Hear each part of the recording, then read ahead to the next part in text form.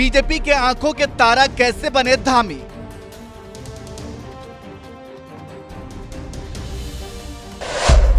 धामी ने कैसे उत्तराखंड को अचानक चर्चाओं में ला दिया।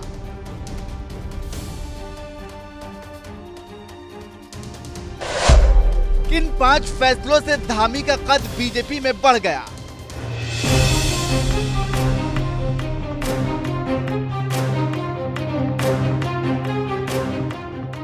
वो तारीख थी 30 जुलाई 2021 की। पुष्कर सिंह धामी उत्तराखंड के 11वें सीएम बने और उससे बड़ी बात यह थी कि 45 की उम्र में सबसे कम उम्र के मुख्यमंत्री बने। लेकिन यह शुरुआत थी, आगे जो होना था वो किसी को अंदाजा भी नहीं था। फिर 23 मार्च 2022 को धामी दूसरी बार सीएम बने और इसके साथ ही धामी की चर्चा शुरू होने लगी, क्योंकि उनके विजन में जो दम था वो हर किसी को दिखने लगा था। खासकर सख्त तेवर के लिए अपनी पहचान बनाने में वो अच्छे से कामयाब हुए। धामी के कुछ फैसले इतिहास में दर्ज हैं, कुछ ऐसे हैं जो दूसरे राज्यों के लिए नजीर हैं और कुछ फैसले ऐसे हैं जिससे उनकी पार्टी उत्तराखंड से लेकर दिल्ली तक खुश है और उनके कुछ फैसले बहुत चर्चाओं में हैं। महिलाओं को 30% क्षैतिज आरक्षण, यूसीसी को लेकर जनता से किए वादे को पूरा किया।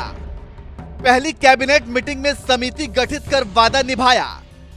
नकल विरोधी कानून भी धामी सरकार का बड़ा फैसला है। परीक्षाओं में नकल की समस्या को लेकर खूब शिकायतें हो रही थी। नकल माफियाओं को लेकर प्रशासन की चिंता अलग थी।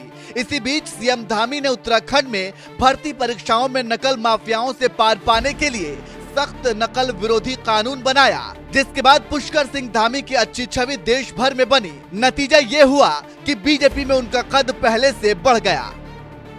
इसी तरह से धामी सरकार ने सबसे सख्त धर्मांतरण कानून भी लागू किया, जिसमें जबरन धर्म परिवर्तन पर जेल और जुर्माना दोनों ही प्रावधान की व्यवस्था की गई। उत्तराखंड में धर्मांतरण कानून लागू किया गया। जबरन धर्म परिवर्तन पर 2 से 7 साल की सजा, जुर्माना के तौर पर 25,000 रुपए भी देना पड़ेगा। ये कानून ऐसा कानून बना जिसके उत्तराखंड में लागू होते ही पुष्कर सिंह धामी की छवि पूरे देश में हिंदुत्व वाली छवि बन गई, जिसे बीजेपी के कट्टर समर्थकों ने हाथों हाथ तो लिया ही, पार्टी आला कमान भी इस फैसले से गदगद हो गई।